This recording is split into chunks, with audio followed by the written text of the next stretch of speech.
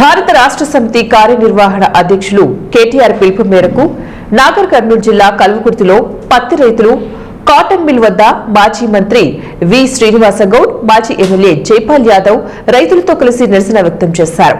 ఈ సందర్భంగా మాజీ మంత్రి శ్రీనివాస గౌడ్ మాట్లాడుతూ కేంద్రంలో బీజేపీ మరియు రాష్ట్రంలో కాంగ్రెస్ ప్రభుత్వాలు పత్తి కొనుగోలు, మొక్కజొన్న, వరి కొనుగోలు విషయంలో రైతులను విస్మరించాయని, కాటన్ కార్పొరేషన్ ఆఫ్ ఇండియా పత్తి కొనుగోలు కేంద్రాలపై ఆంక్షలు విధించడంపై తీవ్ర అసంతృప్తి వ్యక్తం చేశారు.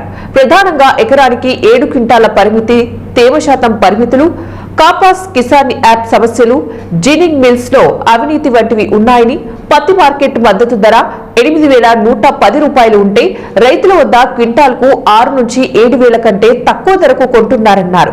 దీని ద్వారా ప్రతి క్వింటాల్కు రైతులు 2,000 వరకు నష్టపోతున్నారని ఆగ్రహం వ్యక్తం చేశారు.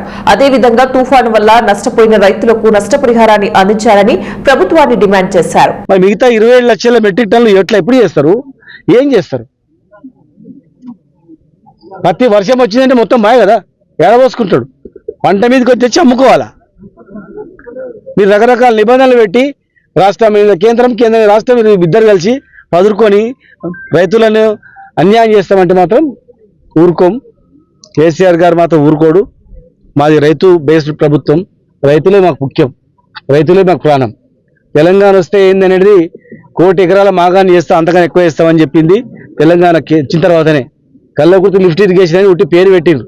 జయపాల నేతృత్వంలో నీళ్లు వచ్చినాయి, పంటలు పండుతున్నాయి. ఇవాళ ఆయనతో పాలమూరు రంగారెడ్డి జిల్లా ప్రాజెక్టు కంప్లీట్ అయితే మొత్తం ఉమ్మడి జిల్లా మొత్తం కూడా సస్యశ్యామలం అయ్యేది. 90% కంప్లీట్ అయిన ప్రాజెక్టులను 10% కాలువలు లోతే అయిపోతుంది. కానీ ఇంతవరకు 2 ఏళ్ళు అయింది, కాలువలు లోగట్లేదు. నిజంగా రైతుల మీద ప్రేమ ఉంటే 10% కంప్లీట్ చేయరా? 10% కంప్లీట్ చేసి 10 లక్షల ఎకరాలకు నీళ్ళు ఇవ్వరా? ఏమైనా సోయిందా? పంటలు పండేటప్పుడు సోయలేదు. మక్కా రైతులు ఇప్పుడు వచ్చి వాళ్ళు ఏడుస్తా ఉన్నారు. ప్రకారంగా మరి రైతుకు సగానికి సగం కూడా పెట్టుబడి రానటువంటి విషయాన్ని సందర్భంగా తెలియజేస్తా ఉన్నారు. ఈ విధంగా రైతులు మొత్తం కూడా ఆవేదనతోటి, బాధతోటి చేసినటువంటి అప్పులు తీర్చలేక ఆ విధంగా ఆత్మహత్యలు కూడా చేసుకున్నటువంటి పరిస్థితులు ఈ రాష్ట్ర కేంద్ర ప్రభుత్వాలు ఏర్పాటు చేసినాయి. ఈ రాష్ట్ర కేంద్ర ప్రభుత్వాలు విధించినటువంటి మొత్తం షరతులను ఎత్తేసి గతంలో ఉన్నటువంటి 12 క్వింటాలు ఎకరాకు అది ఖరీదు చేసి కనీస మద్దతు ధర 8,110 రూపాయలు చేశారు. కాబట్టి అది కూడా కనీస మద్దతు ధర ఇచ్చి ఆ విధంగా మొత్తం పండించినటువంటి పంటను కొనుగోలు చేస్తేనే రైతు బయటపడతాడు. కానీ లేకుంటే బయటవాడు అప్పుల పాలైపోతాడు, ఆత్మహత్య చేసుకునే పరిస్థితి ఏర్పడుతుంది. కాబట్టి దయచేసి